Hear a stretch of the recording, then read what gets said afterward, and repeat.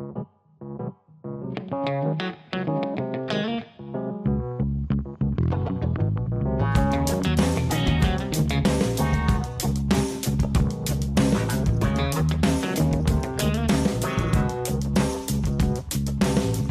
Guy, welcome back TV Spoilers. Sienna's urgent visit to Victor didn't come from impulse or curiosity.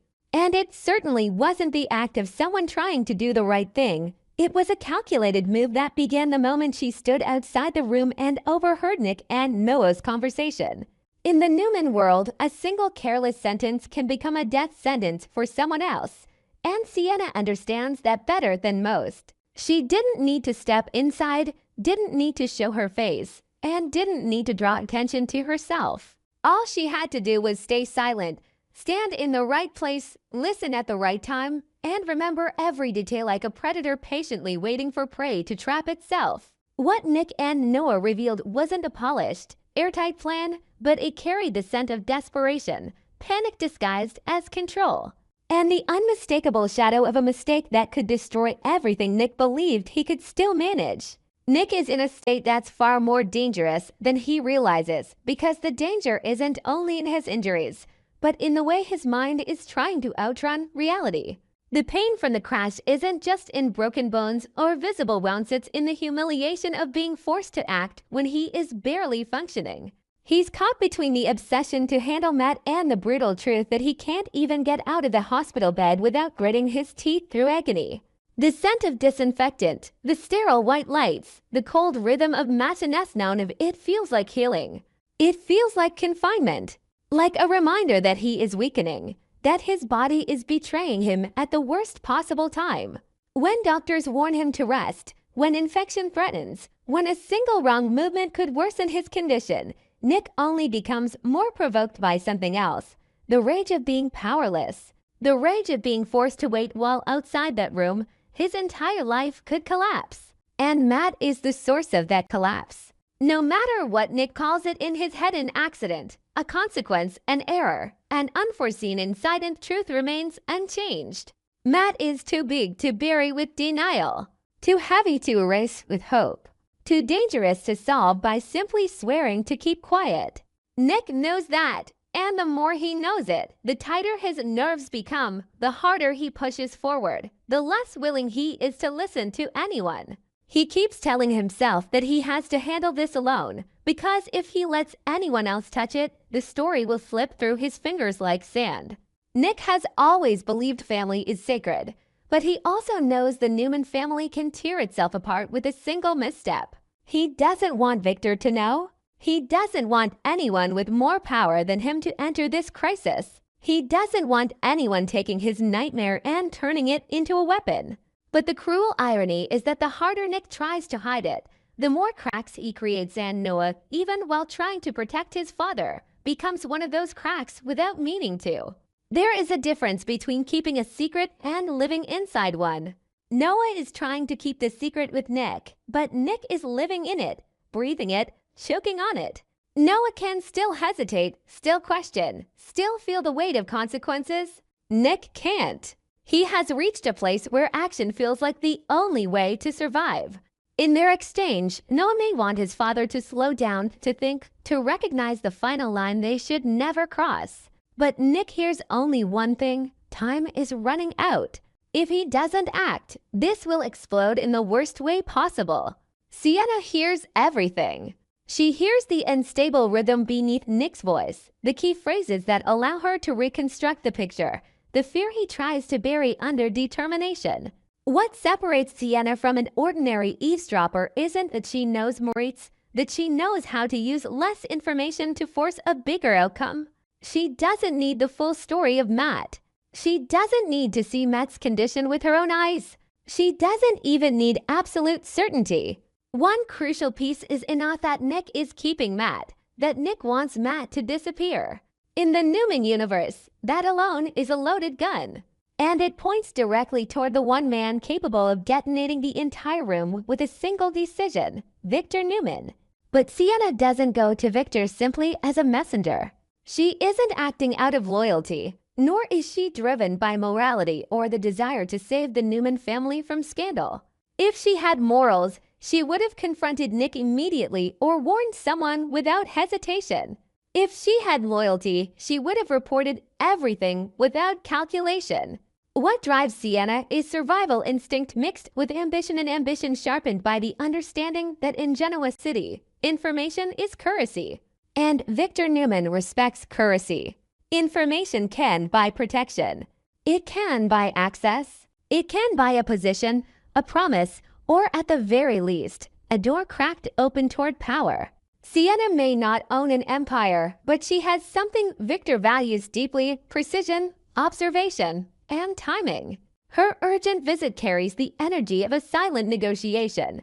She enters Victor's space with a balance of deference and confidence, like someone who has already decided what kind of risk she's willing to take. Sienna knows Victor hates being manipulated, and he hates being cornered even more.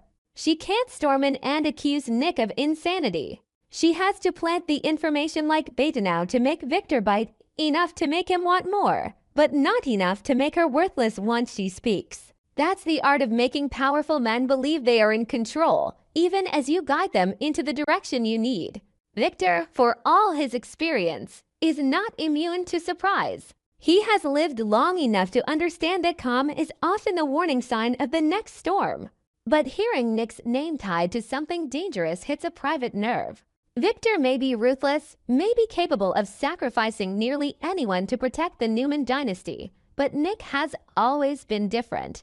Nick is the son who resists him, challenges him, refuses to become his shadow, yet still carries the Newman fire Victor both admires and fears. If Nick is truly holding Matt under any circumstance, then Nick is standing at the edge of an irreversible choice. Victor cannot allow that. Not because he is tender. Not because he is sentimental, but because he knows a scandal like this would rip through the family, the company, and the legacy like a wildfire. Sienna watches Victor's reaction closely. She sees the shift in his eyes, the weight in his silence, the moment he starts calculating rather than simply listening. And in that moment, she knows she has gained leverage. But leverage is fragile unless it's converted into an advantage. Her information only remains valuable while Victor still needs her. While it remains unconfirmed, it can be used as pressure in the narrow window before Victor takes full control. That's why the real question isn't what Sienna says, it's what she wants in exchange for saying it. Maybe she wants Victor's protection. Maybe she wants a safer place inside the Newman web. Maybe she wants an unspoken promise that Victor will not destroy her if this situation erupts beyond control. Whatever the price is, it comes from the same hunger. Sienna refuses to stay on the sidelines. She wants to matter. She wants to be seen. She wants to step deeper into a world she has only circled from the edge. And the fastest way to do that is to place a bomb on Victor's desk and let him decide how to disarm it. The moment Victor moves, Sienna knows she has forced a giant to rise. Victor's interference isn't a whim. It's a necessary turn.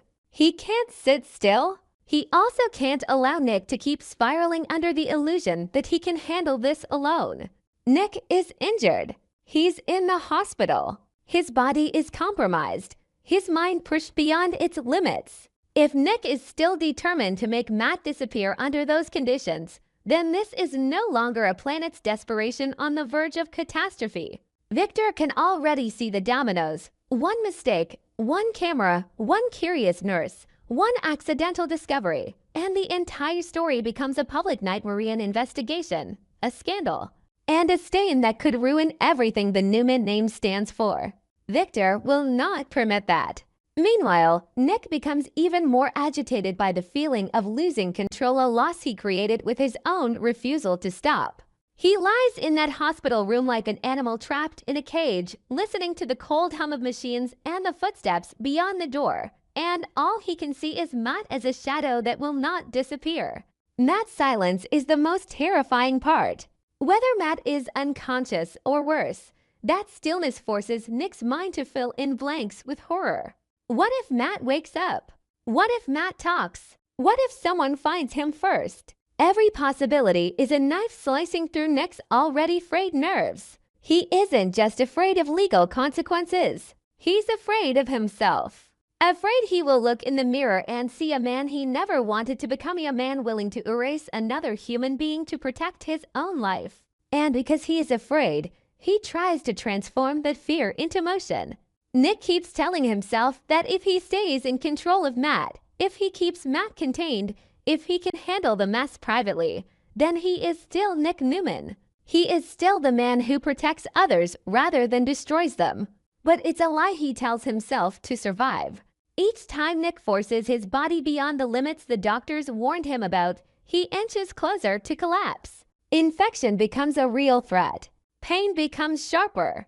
Medication becomes temptation. And the more unstable Nick becomes, the more likely he is to make the kind of mistake that cannot be undone.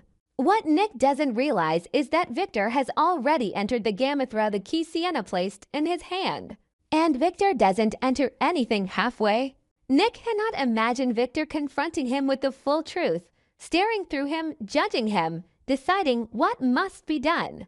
Nick can't bear the idea of Victor fixing it the Victor way, cold, ruthless, solution-focused, and indifferent to emotional fallout. Nick wants to keep control because it's the only thing allowing him to believe he still has a moral boundary left. But Victor doesn't care about Nick's boundary. Victor cares about the outcome.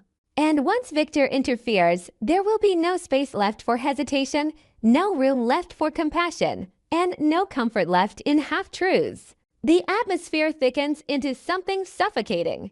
The hospital stops feeling like a place of recovery and starts feeling like the stage of a quiet war. Every person involved is holding something they cannot say out loud. Nick is torn between pain and obsession. Noah is split between loyalty and fear. Sienna holds her secret victory like a weapon hidden under her coat. Victor carries a fury sharpened by calculation. And at the center, Matt remains silent, powerless, yet still the gravitational force pulling all of them toward disaster. Nick convinces himself again and again that he's doing what he must. That if Matt disappears, Noah will be safe, the family will survive, the Newman name will remain intact. But deep down, the truth is darker. Nick isn't protecting anyone anymore. He is running. Running from consequences. Running from reality. Running from the guilt swelling inside him like poison. Every time he thinks about making Matt vanish, a part of him screams that this isn't who he is. But that voice is crushed by another, colder one. If you don't do this, everything will be worse. And then the most terrifying question begins to resonate in Nick's mind alone, but in the air around him like an invisible chill. Is Matt still in the trunk, exactly where Nick believes he is? That question is lethal because it opens the door to countless possibilities Nick can't control. If Matt is gone, someone else has already moved the pieces. If someone else has moved the pieces, Nick is no longer holding the steering wheel. And if Nick has lost control, then the story has entered a new phase where Nick is no longer the one deciding what happens next. Sienna's decision to run to Victor triggered that new phase. And Victor, once he has been activated, will not stop at watching from the sidelines. He will want to know everything. He will want the truth in his fist, and he will shape it into whatever protects the Newman dynasty best. That might save Nick from his greatest mistake, or it might destroy Nick in a deeper way. Because when Victor Newman steps in, he doesn't just clean up messes, he erases weaknesses. And as Nick lies in his hospital room, sweat cold on his skin from pain and panic, Noah trapped between obedience and terror, Sienna quietly satisfied with the power she has just touched. And Victor already assembling his next move like a general preparing for war as silence falls. Not peace, not relief. The kind of silence that comes right before something explodes. The kind of silence that makes an entire city hold its breath. Because if Matt truly has vanished from the trunk, then Nick's nightmare has already been touched by another hand that moved faster than Victor. And the only question left, the question that turns the blood cold, isn't whether Nick will be saved. It's this. Who is already one step ahead of Victor, and what kind of price are they about to demand from Nick? On our TV Spoilers channel, I always seek content inspiration for each video by compiling short video clips to analyze and offer my personal opinions. This channel specializes in analyzing. theorizing, and discussing plot points in The Young and the Restless series from the perspective of a longtime fan.